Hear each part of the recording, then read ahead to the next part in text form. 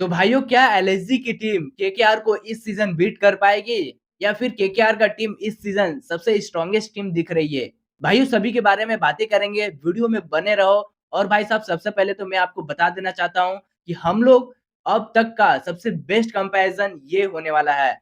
भाई साहब हम लोग यहाँ पर सबसे पहले हर एक प्लेयर का स्टैट्स देखते हैं, फिर हर एक प्लेयर को एक दूसरे के साथ कंपेयर करते हुए उनको पॉइंट देते चलते हैं।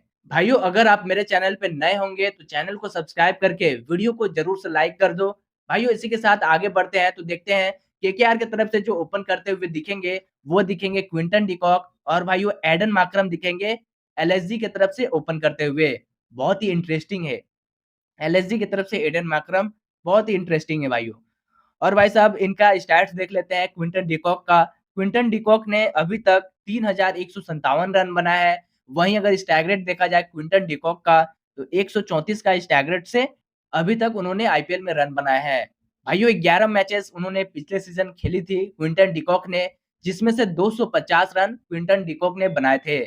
भाइयों वहीं एडन मार्करम का ओवरऑल करियर का बात किया जाए आईपीएल का तो आईपीएल में उन्होंने अभी तक 995 रन बनाए हैं। वहीं स्ट्राइक रेट देखा जाए तो 129 का स्ट्राइक रेट आता है एडन मार्करम का। भाइयों पिछले सीजन का बात किया जाए तो पिछले सीजन 2024 के आईपीएल में उन्होंने 199 रन ही बनाए थे। भाइयों रही बात इन दोनों का अगर पावर प्ले का इस्तेमाल करने का, कौन सा प्लेयर बेहतरीन पावर प्ले का यहाँ पर इस्तेमाल करके आपको दे देगा, तो भाइयों मैं जाना चाहूंगा डेफिनेटली क्विंटन डिकॉक के साथ। भाइयों देखो क्विंटन डिकॉक मेरे को कहीं ना कहीं लगते हैं कि कंपेयर टू एडन मार्करम बहुत अच्छे तरीके से इस्तेमाल कर लेंगे पावर प्ले का। भाइयों देखो कहीं न कहीं क्विंटन डिकॉक जो है वो कंसिस्टेंट रहते हैं अपने परफॉर्मेंस को लेकर। और भाई साहब एक पेशेंस रखते हैं गेम में और पावर प्ले का क्या ही इस्तेमाल करते हैं। वहीं दूसरी तरफ भाइयों एडन मार्करम का फॉर्म कुछ 3-4 सालों से खराब ही चल रहा है। उस तरीके का फॉर्म देखने को नहीं मिल रहा है जो एक समय में एडन मार्करम हुआ करते थे। भाइयों अभी का फॉर्म देखते हुए मैं क्विंटन डिकॉक के साथ इस बैटल में जाऊँगा। भाइयों इसी के साथ आगे बढ़ते हैं और देखते हैं नॉन स्ट्राइक पे जो रहेंगे केकेआर की तरफ से वो रहेंगे सुनील नारायण और नॉन स्ट्राइक पे एलएसजी की तरफ से रहेंगे वो रहेंगे मिचेल मार्श। भाइयों सुनील नारायण का बात किया जाए ओवरऑल करियर का तो 1534 रन बना है सुनील नारायण ने। वहीं स्ट्राइक रेट देखा जाए तो 165 का स्ट्राइक रेट से उन्होंने अभी तक बल्लेबाजी किया है। पिछले सीजन का भाइयों बात किया जाए तो 17 विकेट भी निकाले थे, साथ-साथ बैट से उन्होंने 488 रन भी बनाए थे। भाइयों वहीं दूसरी तरफ मिचेल मार्श का बात किया जाए तो 665 रन अभी तक उन्होंने आईपीएल में बनाए हैं, 127 का ही स्ट्राइक रेट से। भाइयों कुछ खास नहीं है पिछले सीजन का परफॉर्मेंस मिचेल मार्श का, तो मैं आपको एक चीज़ यहाँ पर क्लियर कर देता हूँ कि मिचेल मार्श जो है, उनका फॉर्म कुछ खास नहीं रहा है 2019 के बाद से। वही वर्ल्ड कप 2023 वाला हम लोग जो देखे थे, वहीं पर कुछ खास खेली थी पारी मिचेल मार्श ने, उसके बाद कुछ खास नहीं रहा है। उसके बाद फॉर्म खराब ही चल रहा है मिचेल मार्श का। और भाइयों इस बैटल में मेरे को किसी एक के साथ जाना होगा, तो मैं डेफिनिटली सुनील नारायण के साथ जाऊँगा। इवन वो बॉलिंग भी करते हैं। देखो बॉलिंग तो मिचेल मार्श भी करते हैं, लेकिन भाई साहब एक मिस्ट्री स्पिनर के रूप में जाने जाते हैं सुनील नारायण। और उसी के साथ-साथ 165 का स्ट्राइक रेट से बल्लेबाजी भी कर रहे हैं। साथ-साथ 488 रन भी बनाए थे पिछले सीज़न आईपीएल में। और भाइयों जो कि एक प्रॉपर वो बॉलर है, जो कि एक प्रॉपर बैट्समैन की तरह खेलता है भाइयों। एक अलग लेवल का भाई। तो इसीलिए भाइयों मैं सुनील नारायण के साथ जाना चाहूँगा। और भाइयों अब होता है केकेआर के पास 2 पॉइंट और एलएसजी के पास अभी भी 0 पॉइंट है। भाइयों 3 नंबर पे केकेआर की तरफ से आएँगे अंक्रिश रघुवंशी और 3 नंबर पे एलएसजी की तरफ से आएँगे ऑब्वियसली मोटा भाई ऋषभ पंत। भाइयों रघुवंशी का बात किया जाए ओवरऑल करियर का तो 163 रन ही है। उनका स्ट्राइक रेट देखा जाए तो 155 का स्ट्राइक रेट है। भाइयों ऋषभ पंत का बात किया जाए ओवरऑल करियर का तो 3284 रन अभी तक उन्होंने आईपीएल में जड़ दिए हैं। वहीं स्ट्राइक रेट देखा जाए तो 148 का स्ट्राइक रेट रहता है। भाइयों जहां पर स्ट्राइक रेट का बात आए ना, वहां ऋषभ पंत का नाम ना हो ऐसा हो ही नहीं सकता। ऑब्वियसली भाइयों ये बैटल में ऋषभ पंत ही जीतेंगे। कोई कंपैरिजन ही नहीं है रघुवंशी के साथ। भाइयों 4 नंबर पे देखते हैं कौन आते हैं केकेआर की तरफ से। 4 नंबर पे आएँगे केकेआर की तरफ से अजिंक्य रहाणे और 4 नंबर पे आएँगे एलएसजी की तरफ से डेविड मिलर। भाइयों अजिंक्य रहाणे का अगर ओवरऑल करियर का बात किया जाए तो 4642 रन अजिंक्य रहाणे ने बनाए हैं। वहीं अगर स्टैग रेट देखा जाए अजिंक्य रहाणे का, तो थोड़े बहुत आपको कम देखने को मिलेंगे, जो कि है 123 का स्टैग रेट। भाइयों उनके अगर पिछले सीज़न का बात किया जाए तो उन्होंने 13 मैच खेलकर 242 रन ही बनाए थे। वहीं अगर भाइयों दूसरे तरफ David Miller, Miller the killer का बात किया जाए, तो मिलर ने भाइयों 2924 रन अभी तक आईपीएल में जड़ दिए हैं। वहीं स्टैग रेट देखा जाए तो 139 का स्टैग रेट से खेलते हैं वो। भाइयों पिछले सीज़न 210 रन बनाए थे डेविड मिलर। ज़्यादा उस तरीके का परफ़ॉर्मेंस नहीं रहा था। लेकिन भाइयों अगर इन दोनों के साथ किसी एक के साथ मेरे को यहाँ पर जाना हो, तो मैं डेफ़िनेटली डेविड मिलर के साथ जाऊँगा। भाई साहब देखो डेविड मिलर एक अलग लेवल का प्लेयर है। अगर वो अपने मूड में आ जाते हैं, तो भाई साहब किसी भी गेम को अपना गेम बना लेते हैं। कोई भी रन चेज़ उनके लिए बड़ा नहीं होता है फिर, अगर उनका प्रॉपर बैट पे बॉल आए तो। भाई साहब शॉट सिलेक्शन का तो बात ही नहीं है। शॉट सिलेक्शन तो एक अलग लेवल का डेविड मिलर के पास है। और कहीं न कहीं अजिंक्य रहाणे के साथ कंपेयर होता, तो डेविड मिलर ऑब्वियसली जीतते हैं। तो मेरे हिसाब से भी ये बैटल जो है, वो डेविड मिलर जीतेंगे। भाइयों इसी के साथ आगे बढ़ते हैं, तो देखते हैं 5 नंबर पे जो आएँगे, वो आएँगे वेंकटेश अय्यर और 5 नंबर पे निकोलस पूरन आएँगे एलएसजी की तरफ से। भाई अब वेंकटेश अय्यर का बात किया जाए ओवरऑल करियर का, तो 1326 रन वेंकटेश अय्यर ने बनाया है। वहीं अगर बात किया जाए स्ट्राइक रेट का, तो 137 का स्ट्राइक रेट से उन्होंने आईपीएल में रन बनाया है। भाइयों पिछले सीज़न का बात किया जाए तो पिछले सीज़न उन्होंने 370 रन ठोक दिए थे। क्या बात है भाई! 370 रन। ख़ैर बात करेंगे इसके ऊपर और निकोलस पूरन आएँगे 5 नंबर पे एलएसजी की तरफ से। भाई साहब एक अलग लेवल का बैटर, एक अलग लेवल का फिनिशर। हाँ, बात करेंगे इसके ऊपर भी सबसे पहले स्टैट्स देख लेते हैं हम लोग। निकोलस पूरन का स्टैट्स है 1759 रन बना रहे हैं अभी तक आईपीएल में। वहीं अगर स्ट्राइक रेट देखा जाए तो 162 का स्ट्राइक रेट निकोलस पूरन का रहता है। भाइयों 499 रन लिटरली उन्होंने 2024 के आईपीएल में बनाए थे। 499 रन और शायद आपको याद होगा भाइयों कि क्या वो ज़बरदस्त पारी खेल रहे थे 2024 में। एक अलग लेवल का मूड में वो आ गए थे भाई। मानो हर एक गेम, हर एक शॉट वो 6 ही मारने को देख रहे थे, ना कि 4। भाइयों अगर बात किया जाए यहाँ पर वेंकटेश अय्यर का, तो वो भी अच्छे खासे बल्लेबाज हैं। लेकिन बात आ जाए जब निकोलस पूरन से ना, कंपैरिज़न जब आ जाए निकोलस पूरन से ना, तो कोई भी फिनिशर शायद मेरे को नहीं लगता है कि यहाँ पर उनके बराबर होंगे। भाई साहब उस लेवल का वो प्लेयर है, उस लेवल का वो फिनिश करके देते हैं। भाई साहब खासकर आरसीबी की टीम को वो बहुत ज़्यादा टारगेट करते हैं। आरसीबी के बॉलर्स को बहुत ज़्यादा टारगेट करते हैं वो। और भाई साहब क्या ही फ़ॉर्म में है वो। 2020 के बाद निकोलस पूरन के पास जो फ़ॉर्म आई है ना भाइयों, शायद ही किसी और बैट्समैन के पास आई होगी। भाई साहब एक नेक्स्ट लेवल का फिनिशर है वो। नेक्स्ट लेवल मतलब नेक्स्ट लेवल। समझ रहे हो ना भाइयों? तो मतलब इस बैटल में मेरे हिसाब से भी ये बैटल को निकोलस पूरन ही जीतेंगे। भाइयों इसी के साथ आगे बढ़ते हैं और देखते हैं केकेआर की तरफ से आएँगे रिंकू सिंह और 6 नंबर पे आएँगे आयुष बदौनी एलएसजी की तरफ से। भाइयों रिंकू सिंह का अगर स्ट्राइक रेट देखा जाए तो 148 का स्ट्राइक रेट से उन्होंने 893 रन बनाए हैं। वहीं अगर आयुष बदौनी का देखा जाए तो 134 का स्ट्राइक रेट है, उन्होंने 634 रन बनाए हैं। भाइयों इस बैटल में मेरे को किसी एक के साथ जाना होगा, मैं डेफिनिटली रिंकू सिंह के साथ जाऊँगा। भैया वो ज़बरदस्त प्लेयर है, रिस्ट में पावर है और भाई साहब बहुत सारे मैचेस जीता है फिनिश करके केकेआर को और इंडिया को भी भाई। देखो आयुष बदौनी भी ठीक ही ठाक प्लेयर है, कहीं न कहीं उनको ज़्यादा मौके नहीं मिलते हैं और मौके मिलते भी हैं तो उनका पोज़ीशन जो है वो बहुत ही नीचे है। 7 नंबर, 6 नंबर जल्दी उनका बैटिंग आता ही नहीं और आता भी है, तो भाई साहब करीब 12, 13, 14, 25, 20 कुछ इस तरीके का रन बनाते हैं वो। अभी रणजी ट्रॉफी में भी कुछ ख़ास फ़ॉर्म नहीं है आयुष बदौनी के पास। भाइयों इस बैटल में डेफ़िनेटली रिंकू सिंह ही जीतेंगे। आगे की ओर बढ़ेंगे भाइयों तो देखेंगे 7 नंबर पे आंद्रे रसल आएँगे केकेआर की तरफ से और अब्दुल समद आएँगे एलएसजी की तरफ से। भाइयों आंद्रे रसल का बात किया जाए तो 174 का स्ट्राइक रेट से 2284 रन बनाया है।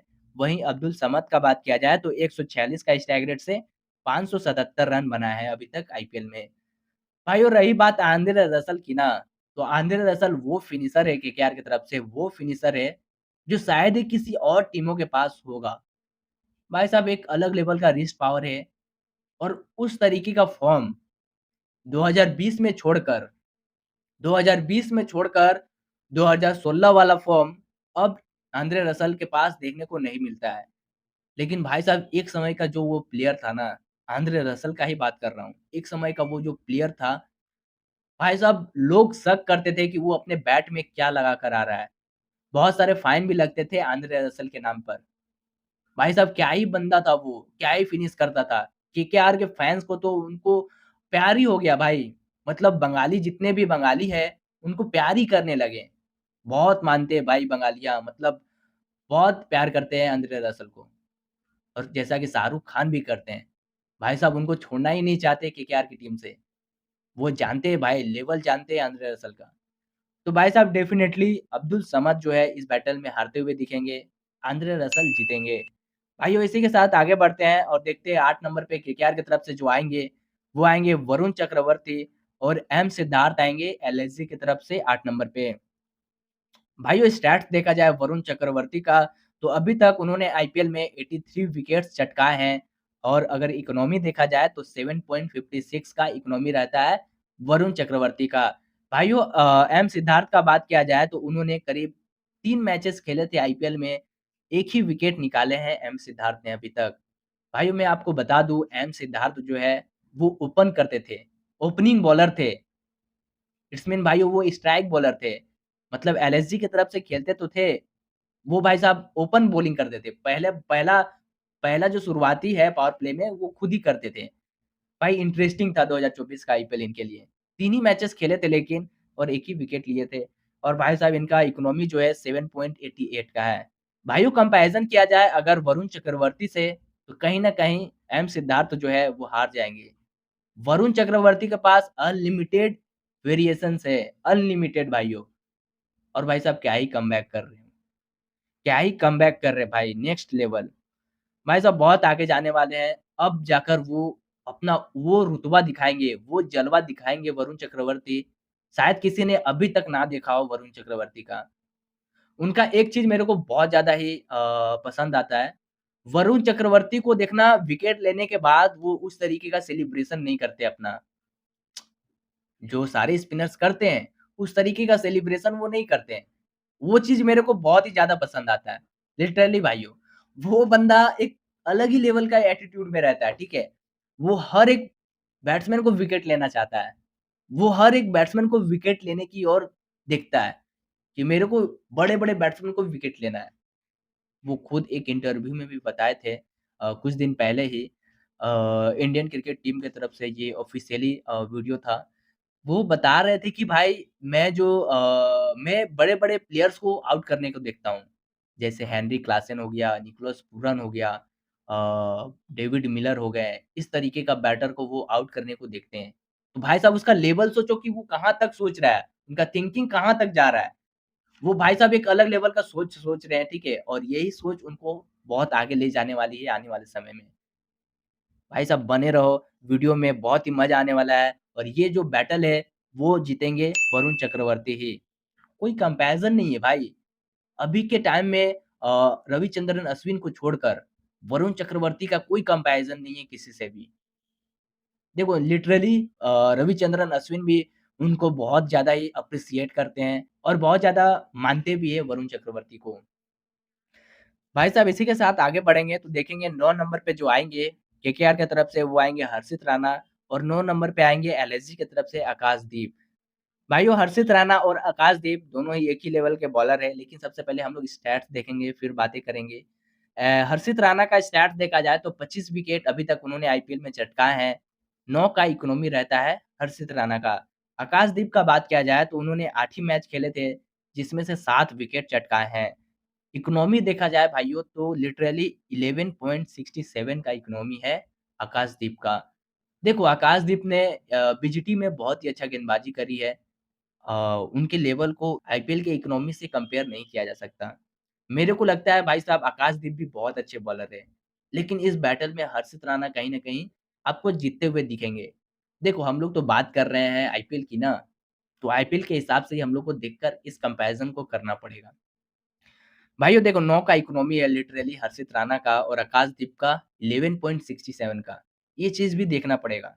तो मेरे हिसाब से भाइयों हर्षित राणा के पास वो एक्सपीरियंस भी है, वेरिएशंस भी है। सेम एक्सपीरियंस वेरिएशन आकाशदीप के पास भी है, जो हर्षित राणा के पास है। तो कहीं न कहीं इकोनॉमी बहुत ही कम है और विकेट्स भी बहुत चटकाए हैं हर्षित राणा ने। इसलिए मैं हर्षित राणा के साथ जाना चाहूँगा। भाइयों इसी के साथ आगे बढ़ते हैं तो देखते हैं वैभव अरोड़ा आएँगे केकेआर की तरफ से और मोहसिन खान आएँगे एलएसजी की तरफ से। भाइयों वैभव अरोड़ा से बात किया जाए स्टैट्स देखकर तो 19 विकेट अभी तक वैभव अरोड़ा ने निकाले हैं और 9.18 का इकोनॉमी रहता है वैभव अरोड़ा का। भाइयों मोहसिन खान का बात किया जाए तो 27 विकेट अभी तक उन्होंने निकाले हैं और 8 का इकोनॉमी रहता है मोहसिन खान का। भाइयों मोहसिन खान का अगर बात किया जाए तो बहुत ही अच्छे बॉलर है। एलएसजी तो उनको रिटेन कर ही ली थी क्योंकि उनका लेवल जानते थे वो।